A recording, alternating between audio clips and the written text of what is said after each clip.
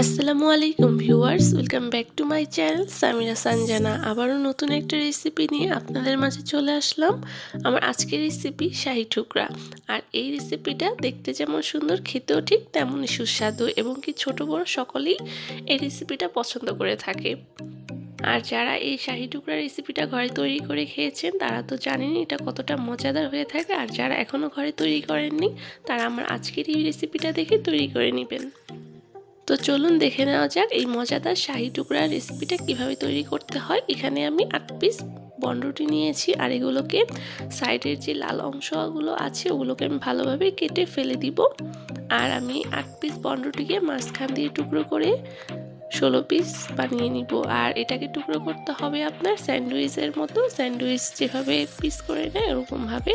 তো দেখুন আমি 1 পিস কাটা হয়ে গেছে। তো সেম এরকমভাবে আমি সবগুলোকে কেটে নিব। তবে আমি এখানে স্যান্ডউইচের মতো কেটে নিচ্ছি। আপনারা আপনাদের পছন্দ মতো যেভাবে ভালো লাগে কেটে নিতে পারেন। এভাবে যে কেটে নিতে হবে এরকম কোনো কথা নেই, আপনাদের পছন্দ মতো কেটে নিলেই হবে। তো এখানে আমার সবগুলো কাটা হয়ে গেছে। এখন চলে যাব মূল প্রসেসে। এখন এখানে আমি দুধের মালাইটা তৈরি করে নিব। তার জন্য আমি প্রথমেই চুলাতে একটা ননস্টিকি বসিয়ে রেখেছিলাম আর এর মধ্যে আমি 2 টেবিল চামচ ঘি দিয়ে দিব। আর এই ঘিটা আমি বাসায় তৈরি করে নিয়েছি। আপনারা চাইলে বাজারে কিনা ঘিও ব্যবহার করতে পারেন, কোনো সমস্যা নেই। তো এখন আমি ঘিটা গলে যাওয়া পর্যন্ত অপেক্ষা করব। আর যে পর্যায়ে ঘিটা গলে যাবে এখানে আমি দিয়ে দিতেছি কাঠবাদাম আর পেস্তা বাদাম। বাদামগুলোকে একটু ঘির মধ্যে ভেজে নিব, এতে করে কি হবে, স্মেলটা খুব ভালো আসবে আর খেতেও ভালো লাগবে। আর এই পর্যায়ে চুলার আঁচটা একদমই মিডিয়ামে রেখে দিতে হবে, বাড়িয়ে দিলে হবে না। এতে করে কি হবে, বাদামটা পুড়ে যাবে কিন্তু ভাজা ভাজা হবে না। তো এই পর্যায়ে আমি এখানে 2-1 মিনিট চুলার আঁচ কমিয়ে বাদামগুলোকে ভেজে নিয়েছি। আর যে পর্যায়ে বাদামগুলো আমার ভাজা হয়ে গেছে আমি এখন বাদামগুলোকে তুলে রেখেছি। আর যেই প্যানের মধ্যে আমি বাদাম ভেজেছিলাম আমি ওই প্যানের মধ্যেই দুধ জাল করে নিব। এখানে আমি 300 গ্রাম দুধ নিয়েছি। এখন দুধটাকে আমি ভালো করে বলক আনিয়ে 2-1 মিনিট জাল করে পরে এর মধ্যে আমি বাকি উপকরণগুলো দিয়ে দিব। এখানে আমি ড্যানিশ দিয়ে দিলাম 1 ডিব্বার মতো।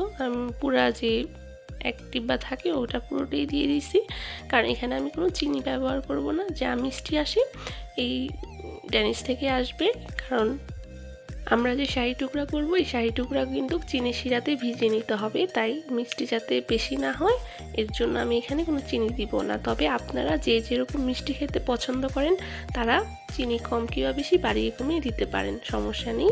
আর এখানে আমি দিয়ে দিলাম 1 কাপ গুঁড়া দুধ। আর এখানে আমি জাফরান ভিজিয়ে রেখেছিলাম, জাফরানগুলোকে আমি এখন দিয়ে দিব। আর এখানে আমি 2-3 টেবিল চামচের মতো দুধ দিয়ে জাফরানটা ভিজিয়ে রেখেছিলাম 5-10 মিনিটের মতো।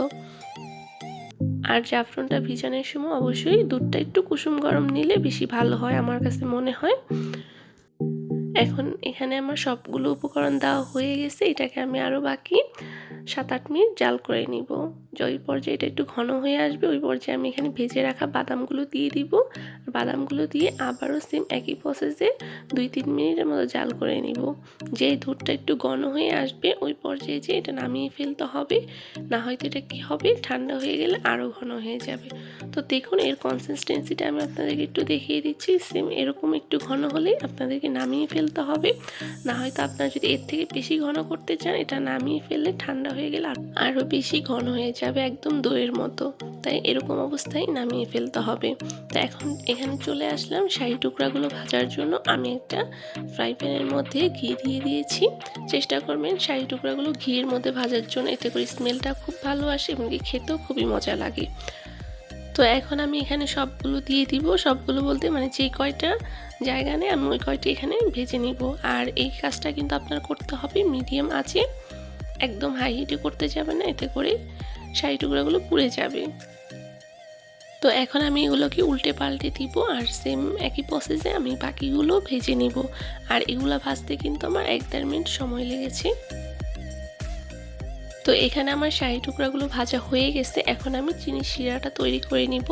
আর তার জন্য আমি চুলাতে একটা সসপ্যান বসিয়ে দিয়েছি আর এর মধ্যে আমি 200 গ্রাম পানি দিয়ে দিলাম। আমার এই গ্লাসের পরিমাণটা হচ্ছে 200 গ্রাম, তার মানে এখানে 200 গ্রাম পানি ধরে।